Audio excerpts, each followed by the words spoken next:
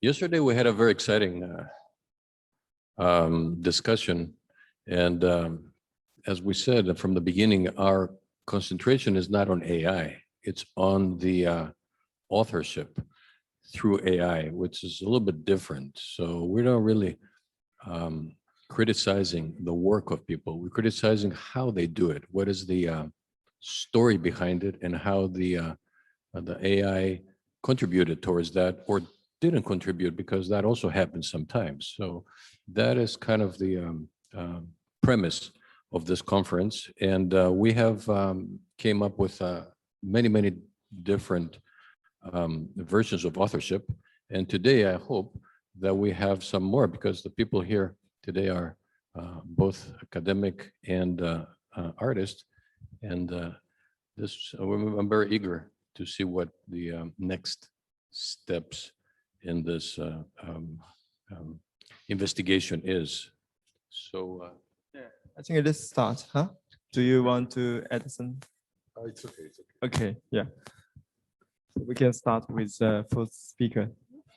Okay, so our first guest is Dr. Lev Manovich. Lev is one of the leading theorists of digital culture worldwide and a pioneer in application of data science for analysis of contemporary culture. His speech title is Chagall versus Malevich, or How Can We Become Aliens?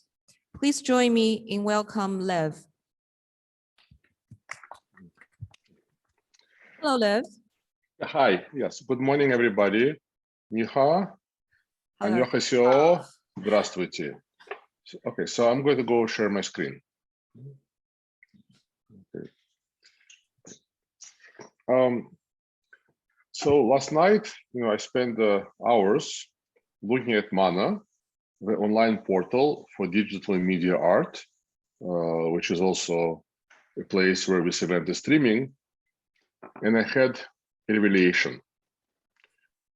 I realized that after 30 plus years, after the early period of invention, innovation, collaboration, and communication, with digital art and contemporary visual culture are entering the golden age. Work after work amazed me. And of course, I felt a bit sad that I'm not 20 or 25 today, but I spent my life dealing with low resolution, low memory, and so on. But it is amazing. And I'm very grateful for organizers of this event for inviting me, but also indirectly introducing me to this portal where I see the amazing creativity of digital art in China. So the title of my presentation is Malevich versus Chagall. As most of you know, they're both some of the most important 20th century artists. Malevich is was from Poland, living and working in Russia, and Chagall was a Russian Jew, and also worked in Russia after revolution, and then developed his career in France. And in this presentation, I further developed some ideas which are first introduced in my 2018 book, AIEthics. So some of you may recognize this image. It's one of the most famous exhibitions of 20th century. It's the exhibition of suprematist works of Marc Chagall, from around, I think, 2015.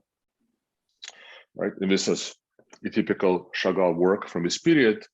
And in fact, all the images of Chagall and Malevich I'll be showing in the first part of my talk were created around the same year, which is 2018.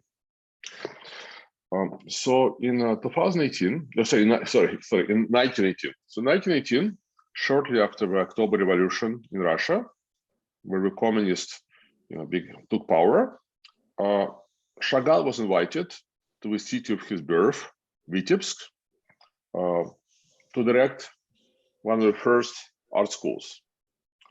And he invited some older colleagues to join him, and one of them was Malevich. And this is from, I think, 1919, where Malevich and his students had decorated the city in a suprematist style of suprematist visual language. And just a second, yes, I think, yeah, everything is, yeah, okay. I just wanted to make sure. In fact, what was amazing about Malevich's suprematism is that he developed a system. In fact, I would suggest it was kind of a universal algorithm for a new visual culture of industrial society. And the system of suprematism, as you can saw, wasn't just something you can apply to paintings and make two-dimensional images, but you can also spatialize it, right? To use contemporary language, project it onto the big spatial surfaces, and also apply it to 3D shapes, such as this this plates and the china created by one of his students. And this is in Russian, so I will translate for you. So this is a long questionnaire, which Malevich designed. And the questionnaire had to be filled out by people who would apply to his school. There was no drawing tests. He only wanted to make sure that people believed kind of almost blindly into the system. And so number 10 says, do you accept the following statements by our school? And 10b says, do you accept that the school gives you knowledge of systems, right? So it doesn't teach you how to draw, how to make pretty paintings. It was all about systems. And in fact, modernism in this respect can be thought of as creation of different systems, kind of different algorithms for visual communication. And indeed, his system was so successful that this is a drawing of a 40-year-old student, and you can see how this algorithm can be extended infinitely. Right? So it very much reminds us of digital art of 90s or today or 1960s. So here I'm juxtaposed, the painting of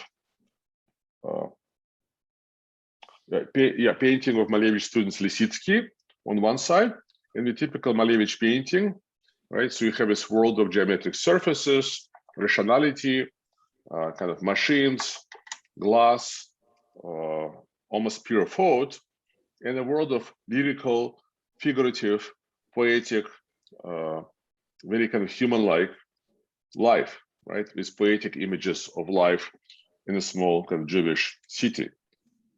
Okay. So what happened is that the students at the school were kind of seduced and charmed by Malevich's system, and Chagall was amazed to see how very quickly all the students left his classes and joined Malevich's classes. So in 1919, he left right for Moscow. He escaped. He was very sad.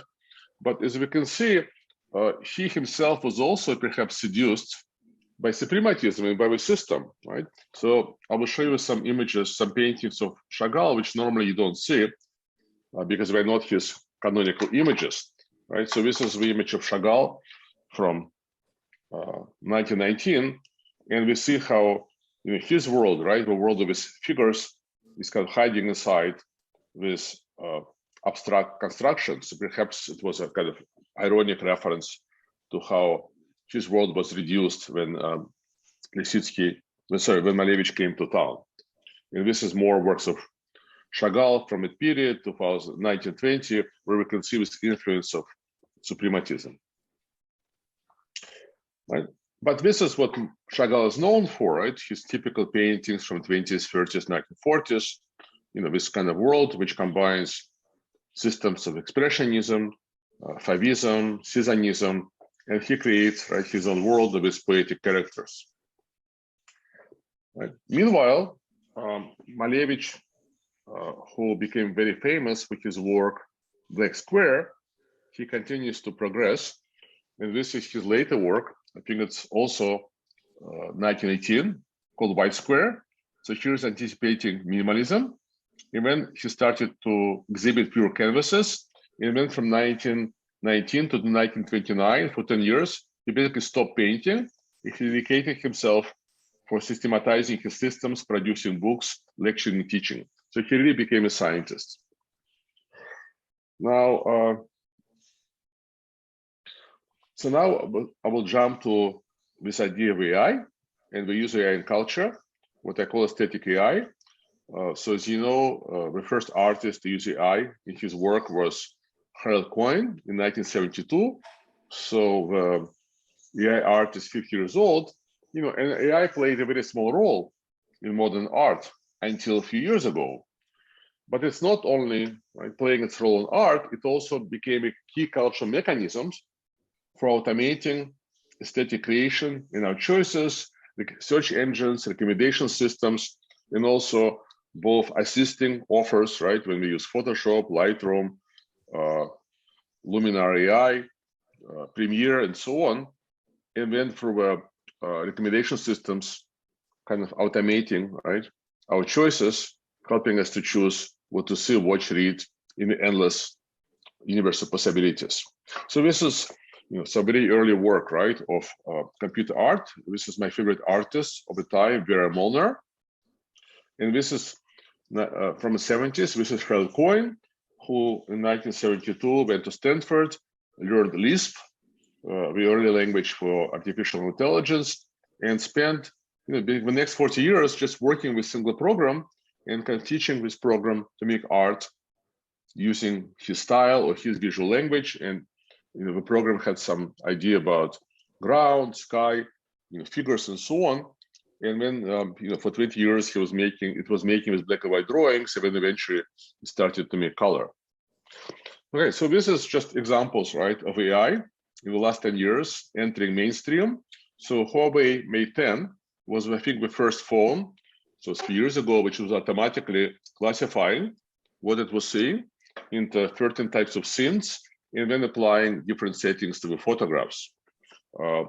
This is from 2016, use of computer vision, not only to detect subjects and photographic techniques, but also to give aesthetic scores to the images, So we now have AI as this kind of universal aesthetic subject of Kant, because in this case, it doesn't take into account context or how different viewers will interpret this photograph.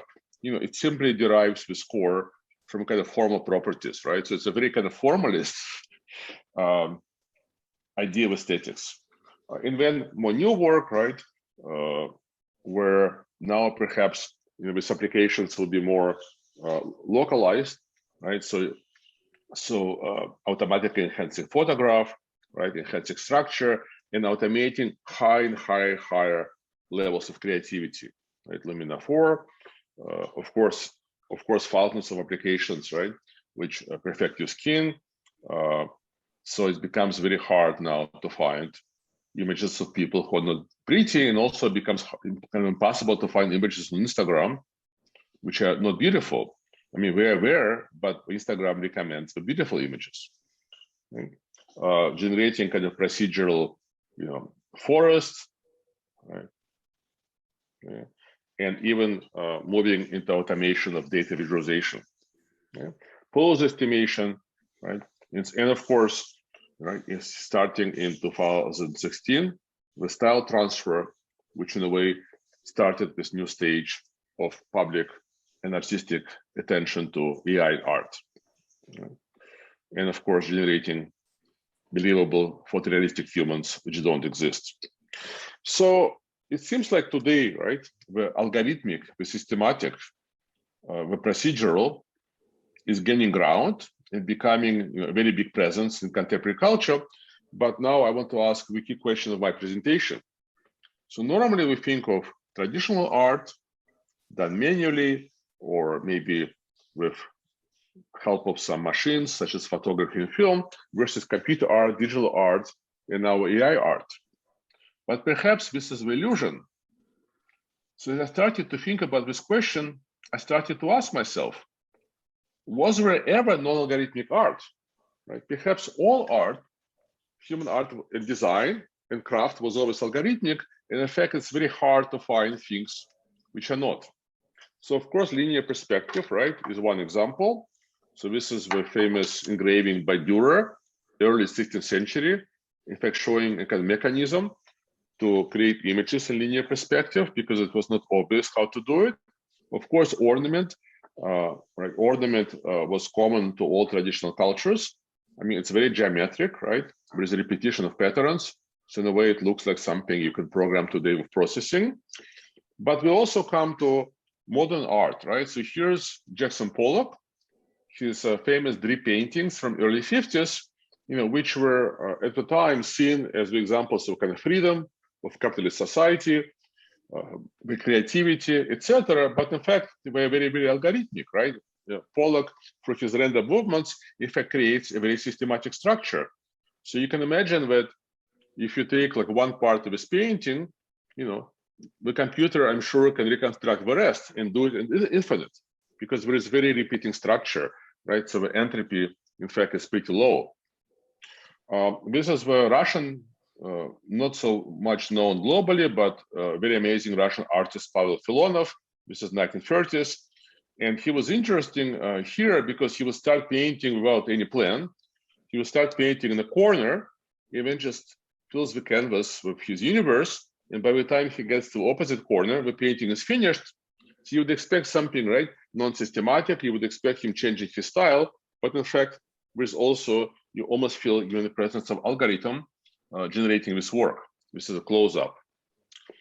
So question is, right, why do humans always create art and design which is so algorithmic-like, which is so systematic? Why is it so difficult not to have a style, right? Why music, art, design, architecture, clothing, why things always have a style? The system of constraints, right? Maybe it's not an algorithm, but a system of constraints, right? So here we have random things done by amateurs. When somebody photographs, their food and puts on Instagram, we have professional people who have a style, who have a language. But why? Well, perhaps this is actually some cognitive and biological limitation of human beings. So here is research from 2011, where we showed the computer very short, a few second videos of people walking. And very quickly, the computer learned to identify each person. So our walks, right, are unique, are systematic. Only actors, right, can talk differently, walk differently, have different face expressions, and maybe not, right? So it takes lots of energy to get out from your algorithm, to be free. And here's another thing. So I think that to create something non-systematic, the artist, you can't just start painting or drawing or dancing. You have to come up with a different system in order to fight the kind of built-in systematicity of normal creative process and human behavior in general. So if you want to get out from a kind of prison, right, of your automatic algorithmic behavior, thinking, talk, and creativity, you can't just kind of start doing something wildly, right? You can't just express yourself because you'll express yourself in a very systematic ways. You have to make a system to do something else, right? So of course, use of randomness in 21st century art was one mechanism. So this is actually work. I'm sorry I forgot his name right now, but very famous modern artist, and that's from early 1920s, right? He was already using randomness. So he took a piece of paper and started to fold it, started to turn it, and he was fascinated by these irregular borders. But of course, there's a kind of system here, right? So it's something which is situated at the intersection of something systematic and something random. Now, I think today a good examples of artists who are trying to use different processes to create something less systematic is a famous artist, Anselm Kiefer, who has this huge studio outside of Paris. This is his studio. You can see how small the figures are. And what he's doing, he makes these huge works. And what he's doing is using a variety of physical and industrial processes to make work, which are almost like evolution of nature, except it happens not over a million of years, but over a few years. So he's always working on a few dozen pieces. It's metal sheets. He subjects them to chemical liquids. He drives over them, in heavy vehicles, right? So it takes years, right? And then at the end, he adds something you can see by hand, right? But I'm not sure, right, that the result is fully successful, because I think it does take millions of years for nature to create the unique shorelines, right? The unique patterns of trees, You go to a forest, every tree is different, every leaf is different. I think this attempt, right, to simulate kind of nature and to create this unsystematic works which do not have a style, the process itself is fascinating, but perhaps there is more individuality of particular creator here when he wants. And he also has a database of different kind of materials which he uses. So he doesn't use random things. So this is from 1966. This is Dick Higgins, the inventor of the term Intermedia. And in the 1960s, people had this kind of art where we would write instructions, which would create a structure, but within the structure, people can improvise. So Higgins created a series of drawings, which are his scripts for improvising performances. And this is one of the scripts, right? So he would give it to a group of performers and say, okay, this is kind of your task. So now go improvise it. And I think this method was quite successful because it generated wonderful works of art, right? So you create a system of constraints, even you can let not the algorithm, but the humans fill in like different behaviors. And because you have many people, you create something which is more complex and less systematic. And I'm going to my last example is, okay, sorry, just 1 second. I have to look something up. Yeah, my last example is, sorry, I knew it, I forget the name. Yes. Yeah, Yoko, okay, yes. So my last example is works of Yoko Ono, a Fluxus artist, right, a very important artist, which was also part of his movement, right? So it's this art of instructions. So she would type his poems in a kind of index card, and then you can imagine if you actually go, right, and execute them, you will create something which would be not so systematic. So cloud piece, imagine the clouds dripping, dig a hole in your garden to put them in. So it's a very poetic image, but I think if you actually try to do it, you will get something less systematic, less algorithmic, because the clouds come from nature.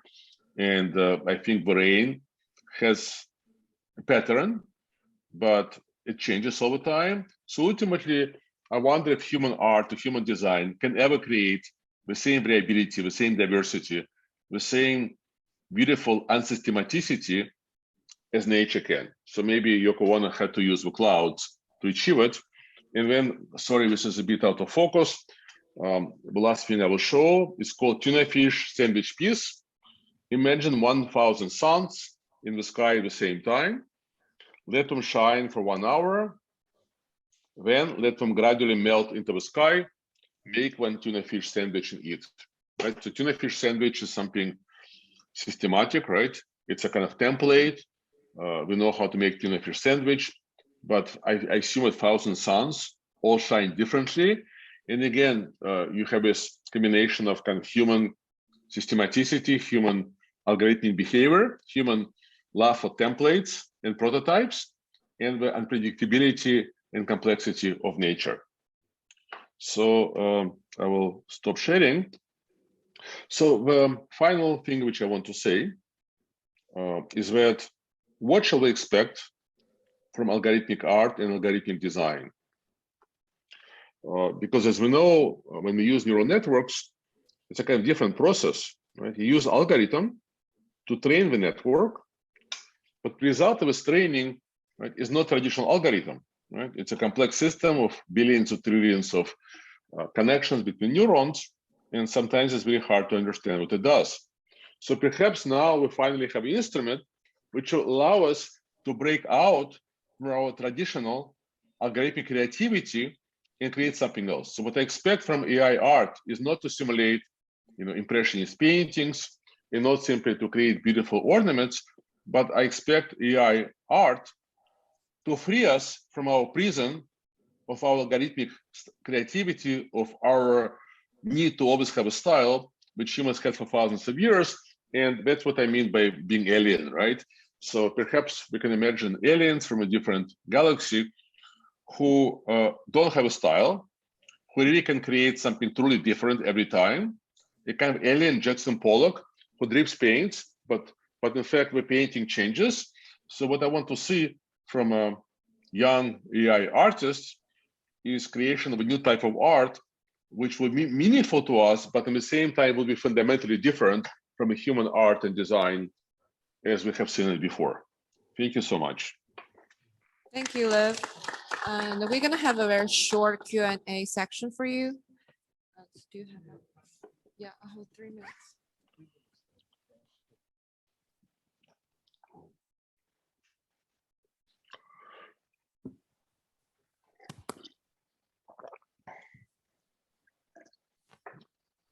I don't have a question. I have a comment, and it relates to because I've been working with exactly the same concept of how can you negate the thing you're doing, and that is not. So it's, at some point, the idea was that to just get out of yourself to see yourself, which is okay, but it's kind of like a little bit alien in nature. But then I was thinking that the idea. And then yesterday, Filippo was talking about randomness as being something that is the negation of your intention because you don't know what's going to happen. But the problem is that when you randomize yourself, you're not really random because you are predicting the random that you're doing. So anything that I do would be not random to me, but it would be random to you. So then I start thinking that maybe dialectic is the way to negate algorithms. Like the dialogue between two people, which is usually the case where you come up with new thoughts that nobody had before, is a more proper platform for the development of something that we cannot predict. Because again, the unitary, me alone trying to negate, or the systematic, where everybody tries to negate, doesn't really work because it kind of, you trap yourself in this tautological thing that we are doing it for ourselves. So we're not really random. We're not really non-algorithmic. We are algorithmic by being non-algorithmic. And that's kind of like a linguistic tautology. But I think dialectic would be much more candidate for a, I don't know what you think about that. Can I have a maybe 90 seconds to respond? First of all, thank you for really wonderful and very deep comments. I think you totally got what I was after and took it further. So I think with randomness, right? When you use random processes, first of all, right? Okay, you can use like white noise or you can use Gaussian noise, but Xenakis, right, use noise, but he drew it from distributions, right? So noise also has some statistical properties, and also, typically in algorithmic art or we say this random art of 20th century, you have some elements. I mean, you randomize them, but you still have some elements, right? The elements don't change, or the elements change also systematically. So you don't have complete randomness. But I agree with you that I think for me, all my best ideas come in a dialogue. So it can be dialogue with a colleague, or it can be dialogue with students. That's why I love students. And that's why I think science is probably the real art of our time, because scientists always works in teams. And that's how you come up with new ideas. But I think in the last 5-10 years, we see how so many artists and designers work in collectives, right? The collective has become a new offer. And maybe it will also lead to more creativity and more ideas. But ultimately, I just want to say one thing. So for me, like once I kind of developed this argument, I said, why all human cultures always had a style, right? But archaeologists use style, in fact, to date human cultures. So it seems to be almost like, built in us, right? Almost biologically. And what does it mean? And what does it mean that today you have thousands of cultures mixing globally and learning from each other? Does it lead to more diversity, or does it lead to kind of monoculture because everybody looking at everybody? I mean, these are big questions. And notion of dialectic, I think, is also super relevant, but you would have to write article about it so we can fully understand, how it can be used. Thank you so much. Okay, thank you. Thank you, Liv. We're hoping to see you again at the panel discussion. Yes. Thank you. Okay. No, we have